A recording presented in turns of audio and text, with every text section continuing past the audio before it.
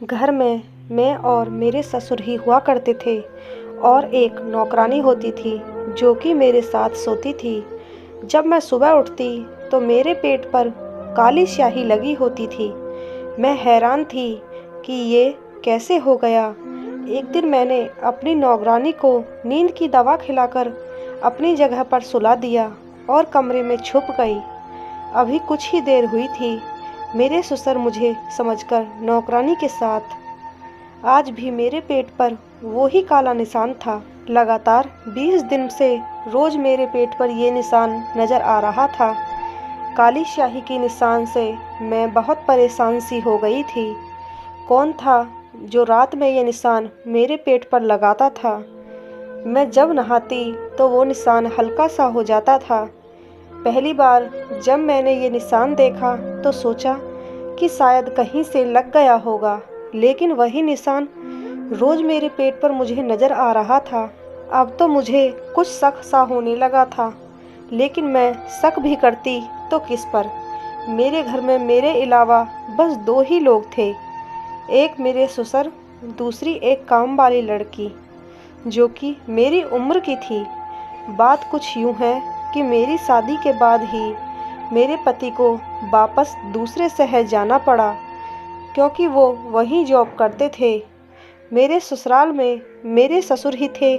सास की पहले ही मृत्यु हो चुकी थी और मेरे पति दीपक अपने माता पिता के इकलौते बेटे थे, लेकिन जॉब दूसरे शहर में करते थे और मुझे कहते थे कि तुम्हारा वीज़ा लगवाकर तुम्हें भी मैं बाहर ही बुलवा लूँगा। मैं अपने पति के जाने पर बहुत उदास थी। घर में एक ही नौकरानी थी जो दिन रात वहीं रहती थी, वरना तो घर में मैं और मेरे ससुर ही अकेले होते थे। लोग तरह तरह की बातें ना बताएं, इसलिए मेरी शादी से कुछ दिन पहले ही एक नौकरानी दिन रात के लिए रख दी गई थी, जो हर काम करती थी और रात को मेरे साथ सो जाती थी। वो भी नौजवान लड़की थी। पहले तो मेरे ससुर का ज़्यादातर समय अपने कमरे में ही गुजरता था या फिर लाउंज में टीवी देखकर, लेकिन लाउंज में भी वो तभी आते थे जब उन्हें नाश्ता या खाने की ज़रूरत होती। मेरे ससुर बहुत अलग किस्म के इंसान थे। खाना खाने से पहले हाथ धोते तो 15 मिनट तक हाथ ही धोते रहते थे, फिर बार बार हाथों को सूंघते और कहते पता नहीं कौन सा हाथ ठीक से धुला है और कौन सा नहीं।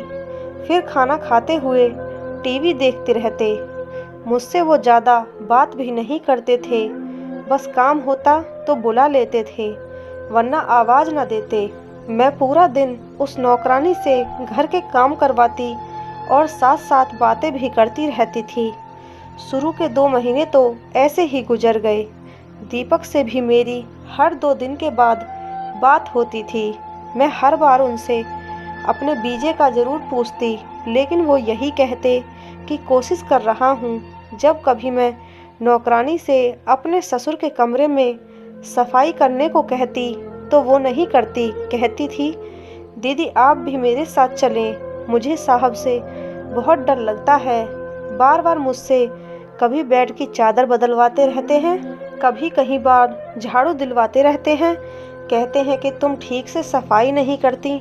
मैं नौकरानी की बात पर हंसने लगती और कहती कि वो कुछ बहमी हैं, तो कहने लगी नहीं नहीं दीदी, मुझे तो ठरकी लगते हैं, उनकी नज़रें अच्छी नहीं हैं। क्या आपको पता है, कल मुझे कहने लगे इतनी गर्मी है मेरे कमरे में, मैं नहाने जा रहा हूँ, तुम चाहो तो दुपट्टा उतार कर काम कर लेना।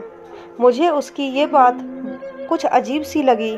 उसे तो मैंने यह कहकर टाल दिया कि बेटी समझकर तुम्हारा एहसास कर लिया होगा। वो कहने लगी जाने भी दो दीदी, हमने सारी ज़िंदगी तरह तरह के लोगों के घरों में काम किया है, सबकी नज़रों को अच्छी तरह से जानते हैं। फिर वो किचन में चली गई। मैंने उस बात को भुला दिया, लेकिन अब जो मेरे साथ हो रहा था कुछ अजीबोगरीब सा था। आखिर कौन था जो काला रंग मेरे पेट पर लगाता था और मुझे महसूस भी नहीं होता था? रात को मैं देर तक जागती रही। मेरी काम करने वाली लड़की मेरे ही कमरे में ज़मीन पर बिस्तर लगाकर सोती थी। रात 2 बजे तक तो मैं जागती रही, लेकिन फिर मुझे नींद लग गई। पूरा दिन घर के कामों में लग के मैं पूरी रात जाग न पाती। एक बार जब मैं अपने ससुर के कमरे में उन्हें चाय देने गई तो मेरे होश ही उड़ गए। वो काली स्याही को उंगली में लगाए खाली कागज पर कुछ आड़ी टेढ़ी लकीरें खींच रहे थे। मैं तो उन्हें शाम की चाय देने के लिए गई थी, लेकिन जो कुछ देख चुकी थी मेरे होश उड़ाने के लिए काफ़ी था। जब उनकी मुझ पर नज़र पड़ी तो पहले तो मैं घबरा गई, फिर मुझे देखकर गुस्से से बोले, तुम बिना पूछे क्यों मेरे कमरे में आ जाती हो? क्या तुम्हें किसी ने ये तमीज़ नहीं सिखाई कि दरवाजे पर पूछकर इजाज़त मिलने पर अंदर आते हैं? पहली बार उन्होंने मुझे इस लहजे में कहा। मेरा तो रंग फीका हो गया। मैं वापस पलट गई और सीधा अपने कमरे में आ गई। मेरे दिल की धड़कनों का ये आलम था कि जैसे सीने से दिल निकलकर बाहर ही आ जाएगा। मुझे अपने पेट पर लगा स्याही निशान दिमाग में घूमने लगा। तो क्या वो निशान मेरे ससुर? ये ख्याल आते ही मेरे रूह कांपने लगी। ये अजीब सी बात थी। मुझे सोचते ही झुरझुरी सी होने लगी। पहले तो मैं दिल ही दिल में इस बात से इनकार करती रही, वो मेरे पापा की जगह हैं, मैं ऐसा कैसे सोच सकती हूँ।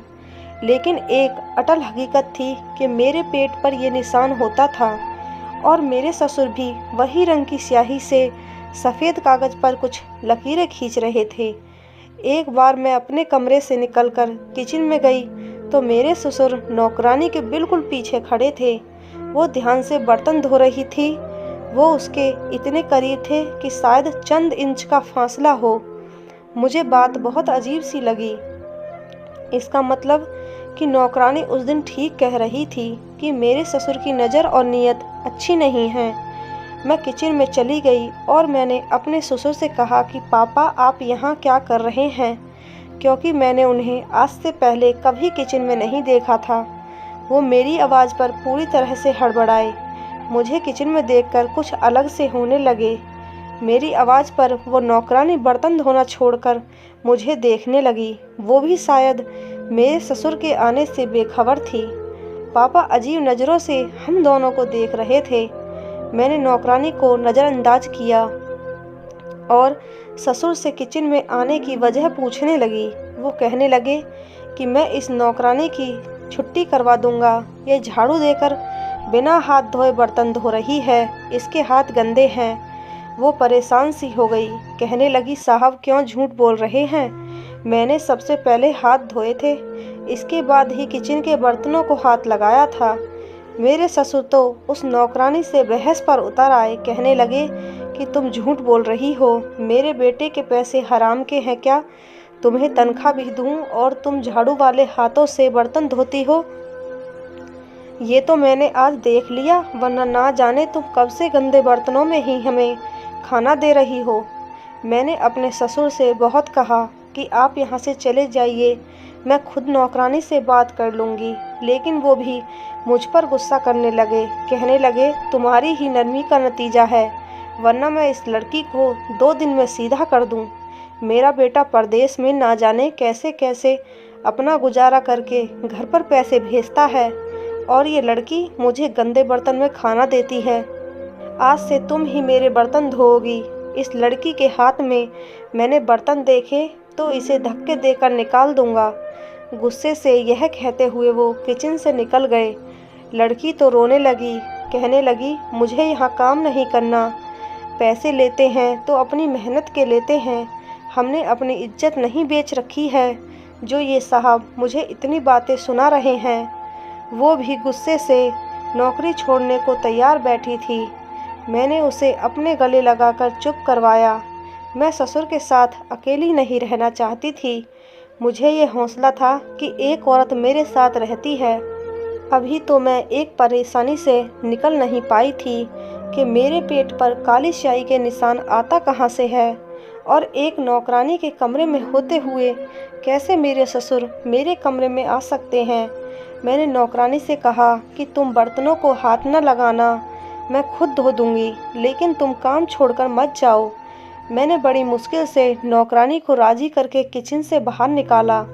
तभी लाउंज में से मेरे ससुर मेरे पति पर फ़ोन से बहस कर रहे थे कि वो नौकरानी को घर से निकाल दे। लेकिन मैं भी सोच चुकी थी कि दीपक से साफ कह दूंगी कि नौकरानी को मैं कभी छुट्टी नहीं दूंगी।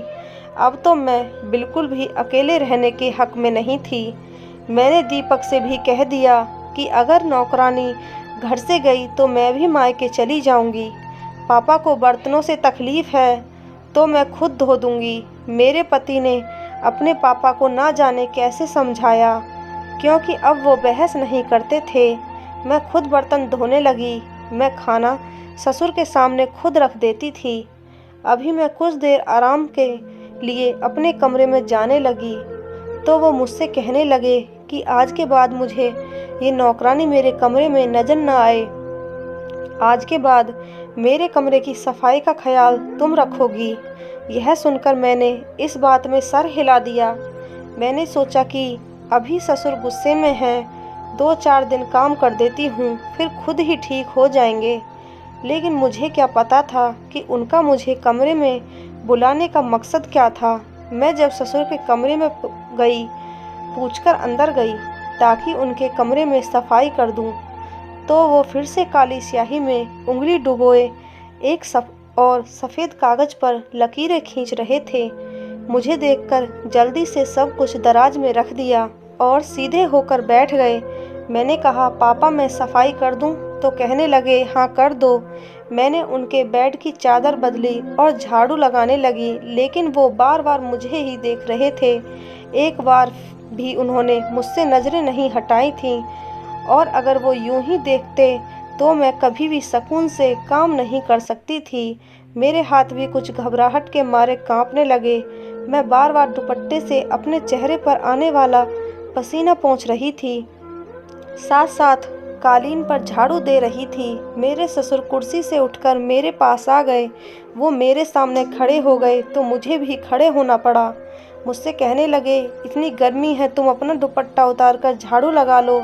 मैं तो वैसे भी वॉशरूम में नहाने जा रहा हूँ, कमरे में कोई नहीं है। उनकी बात का स्वर इस कदर धीमा था कि मुझे सुनकर हैरत हो रही थी, वरना वो हमेशा सख्त आवाज़ में बात करते थे।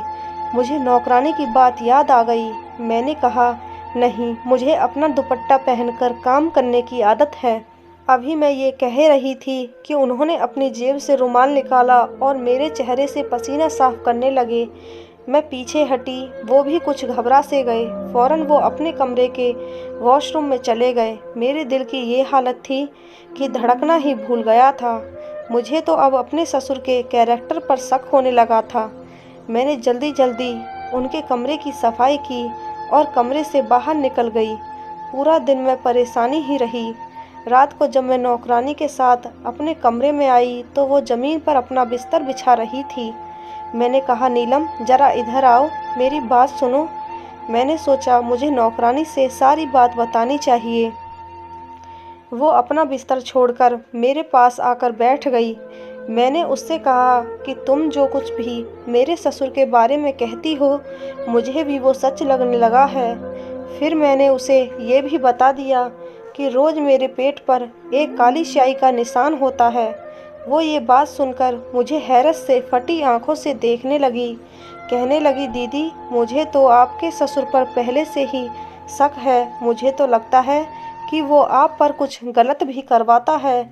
हमारे गांव में भी एक ससुर ने गलत करके बहू से शादी कर ली थी। उसका पति भी बाहर रहता था। नौकरानी की बात सुनकर मेरे होश उड़ गए। पहले तो साहब मुझे देखता रहता था, और अब मेरी जब भी उन पर नज़र पड़ती है तो वो आपको ही देख रहे होते हैं। मुझे भी निकालने के चक्कर में हैं, इसलिए तो बिना वजह मेरे काम में नुक्स निकालते हैं। मेरा जी तो ये सब सुनकर घबराने लगा। अब मैं अपना कमरा लॉक करके सोने लगी थी। अब मेरे पेट पर निशान भी नहीं होता था। अब तो मुझे यकीन होने लगा था रात को ज़रूर मेरे ससुर मेरे कमरे में आते हैं, शायद कोई गलत काम भी करते हैं। लेकिन ऐसा कैसे मुमकिन था? जब से मैंने कमरा बंद करना शुरू किया, मेरे ससुर मुझे घूर घूर कर देखने लगे थे। लेकिन मैंने परवाह नहीं की। कुछ दिन के बाद ही मेरे ससुर तो मुझ पर चिल्लाने लगे, कहने लगे कि तुम अपने कमरे का दरवाज़ा क्यों लॉक करती हो? मेरा बेटा तुम्हें मेरी जिम्मेदारी पर छोड़कर गया है। मुझे इस नौकरानी पर बिल्कुल भरोसा नहीं, इसलिए मैं खुद आकर बार बार कमरे में झांकता हूँ कि कहीं ये कोई कीमती चीज़ चुरा कर भाग न जाए। ससुर की किसी बात का मुझे भरोसा नहीं था। मैंने रात को दीपक से कह दिया कि मेरे वीज़े का जल्द से जल्द बंदोबस्त करे, मुझे उनके पास जाना है। जो बात मुझे दीपक ने बताई, यह सुनकर तो मुझे रोना आने लगा। कहने लगे कि पापा ने मुझे तुम्हारा वीज़ा लगाने से सख्ती से मना कर दिया है। कहते हैं कि बहू को बाहर नहीं भेजूंगा। मैं ये सुनकर रोने लगी। मैंने कहा, दीपक मुझे यहाँ नहीं रहना, या तो आप वापस आ जाएं या मुझे अपने पास बुला लें। कहने लगे, बस 1 साल की बात है, मैं वापस आ जाऊंगा, तुम बस 1 साल के लिए रह लो। मैं इस बात पर भी नहीं मानी थी, लेकिन दीपक अपनी मजबूरियां बताने लगे कि 1 साल के बाद उन्हें अच्छे खासे पैसे मिलने वाला है। अगर छोड़कर आ गए तो उन्हें नुकसान हो जाएगा। मुझे अपने ससुर से चिढ़ होने लगी थी। ना जाने वो क्या चाहते थे। मैं अपनी मर्जी से सांस भी नहीं ले सकती थी। कमरा बंद करती तो वो चीखने लगते। अपने सारे काम नौकरानी के बजाय वो मेरे जिम्मे लगा चुके थे। जिस तकलीफ़ से मैं गुजर रही थी वो मैं ही जानती थी। अब तो वो हर बात पर मुझे टोकने लगे। मैं अपने कमरे में दोपहर को आराम करने जाती तो एक हंगामा मचा देते कि तुम्हें मेरी कोई फिक्र नहीं और परवाह नहीं। मुझे खाना देके समझती हो कि तुम्हारी जिम्मेदारी पूरी हो गई है। मैं दीपक से तुम्हारी शिकायत करूँगा। मैं उनके रोज़ रोज़ की बहस से तंग आ चुकी थी। मैंने कहा कि आप बताइए मुझसे क्या काम है। मैं आपका कमरा खुद साफ़ करने लगी हूँ, आपके सारे काम करती हूँ, चाय खाना सब कुछ समय पर देती हूँ। इसके अलावा मेरी और क्या जिम्मेदारी है? वो कहने लगे कि तुम मेरे पास बैठकर मुझसे बातें नहीं करती, मुझे समय नहीं देती। ये काम मेरे लिए बेहद मुश्किल था कि मैं बैठकर उनके साथ बातें करती। भला मैं उनसे क्या बातें कर सकती थी? उन्हें खुद ही ये सोचना चाहिए था। ना ही उनका कोई दोस्त था कि वो घर से बाहर जाते या कोई दोस्त घर पर आए। गांव में भी उनके सख्त आवाज़ के चर्चे आम थे। लोग उनसे बात करने से पहले घबराते थे। इस बार मैंने उनकी बात से साफ इनकार कर दिया। मैंने कहा कि आपको मेरी शिकायत लगानी है, शौक़ से लगा दें, लेकिन मैं आपके साथ बैठ के बातें नहीं कर सकती। एक बहू होने के नाते मैं जो कर सकती हूँ वो मैं कर रही हूँ। इससे ज़्यादा की उम्मीद आप मुझसे ना ही रखें तो बेहतर है। मेरी बात सुनकर वो गुस्से से भी भड़क गए, लेकिन मुझसे कुछ नहीं बोले। अपने कमरे में वापस चले गए। नौकरानी भी वहीं खड़ी सारी बातें सुन रही थी। कहने लगी, दीदी आपने बिल्कुल ठीक किया है। भला आप कोई साहब की पत्नी थोड़ी हैं जो घंटों उनसे बातें करती रहें। मुझे नौकरानी की बात सही ही लगी। मेरा भला क्या रिश्ता था कि मैं उनसे बातें करती। मैंने सोचा अच्छा ही है वो मुझसे नाराज़ हो गए हैं, कम से कम अब मुझे परेशान तो नहीं करेंगे। लेकिन जो मेरे साथ रात को हुआ, मैं तो बहुत डर गई। सुबह मेरे पेट पर काला रंग की निशान लगे थे। नौकरानी अब तक सोई पड़ी थी। मैंने उसे बताया तो कहने लगी, मेरा सर भारी है, मुझे नींद आई जा रही है। रात भर भी मुझे होश नहीं रहा कि कहाँ सोई हूँ। फिर कहने लगी, हाँ मुझे याद आया, रात को मेरे सर में हल्का सा दर्द था। साहब ने मुझे एक सरदर्द की गोली दी थी। कहने लगे, ये खा लो ठीक हो जाओगी। लेकिन ना जाने वो खाते ही मुझे होश ही नहीं रहा और मैं ये सोचने लगी कि इसने तो गोली खाई थी, लेकिन मैंने ऐसा कुछ नहीं खाया था। मुझे क्यों याद नहीं आता, आखिर क्यों मेरे पेट पर ये निशान होते हैं। अब मैं सोच चुकी थी कि चुप नहीं रहूँगी। मैंने रात को नौकरानी को एक नींद की गोली खिलाई और अपने बेड पर सुला दिया और खुद छुप गई। नौकरानी को मैं पहले ही बता चुकी थी। वो मेरी मदद करने को तैयार थी। मैं पर्दे के पीछे छुपी। जब रात के 2 बजे मेरे ससुर मेरे कमरे में आए और बेड के करीब जाने लगे। जैसे ही वह बेड के करीब गए, मैंने लाइट जला दी मेरे ससुर उससे पीछे हट गए, मुझे अपने पीछे देखकर हैरान हो गए और कमरे से बाहर निकल गए। मैं रस्सियों से बंधी हुई थी, मेरे हाथ पीछे बंधे हुए थे, मुंह रुमाल से बंधा था। मेरी आंखों में बेबसी के आंसू निकल रहे थे। दूसरी कुर्सी पर मेरे ससुर बैठे थे, उन्हें भी रस्सियों से बांधा हुआ था। सामने दो मर्द खड़े थे और मेरी अलमारी से सारे सोना निकाल रहे थे। वो नौकरानी उनके साथ खड़ी थी। सारा खेल उसी का रचाया हुआ था। वो कहने लगी कि वो कब का हर चीज़ से हाथ साफ कर चुकी होती, बस मेरा भरोसा जीतना चाहती थी। जानबूझकर वो मेरे ससुर के बारे में शक डालती थी, मेरे पेट पर निशान भी वही लगाती थी और मेरे ससुर से मेरे खिलाफ बात करती थी कि साहब आपकी बहू अच्छी नहीं, आपको समय देने को तैयार नहीं, इसलिए तो आपसे कोई बात नहीं करती, क्योंकि वो अच्छी तरह जानती थी कि मेरे ससुर कुछ बहमी हैं, इसलिए उनके सामने जानबूझकर झाड़ू वाले हाथों से बर्तन धोती थी। चाहती थी कि हम ससुर और बहू एक दूसरे से उलझते रहें और वो अपना काम कर जाए। जब मैं उसे अपना प्लान बताया तो उसने अपने दो मर्दों को बुला लिया। उसने कोई नींद की दवा नहीं खाई थी।